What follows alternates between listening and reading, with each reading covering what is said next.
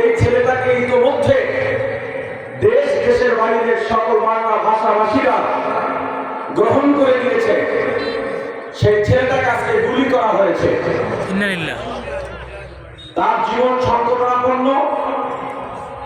আমরা তীব্র নিন্দা ও প্রতিবাদ জানাই এবং এর পিছনে যে বা যারা আছে,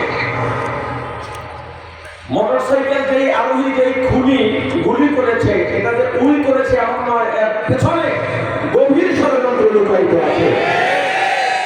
এর পেছনে যারা আছে তাদেরকে দ্রুত খুঁজে বের করে দৃষ্টান্তমূলক শাস্তি দিতে হবে এবং আমরা সবাই হাতির জন্য দোয়া করবো, মন ভরে দোয়া করবো হাতির জন্য।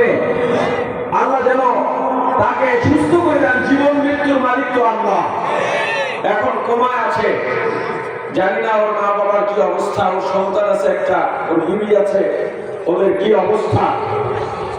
আজকে নীতি বেঁচে থাকতে দেওয়া হচ্ছে না, নৈতিকতাকে গুলি করে মারতে চাওয়া হচ্ছে। এক হাতিকে মারবে লক্ষ হাতি তৈরি হয়ে যায়। আল্লাহ হাতিকে সুস্থ করে দেন এবং দোয়া বাবা বলবো যেন হাতির জন্য দোয়া করা হয়। আল্লাহ তাআলা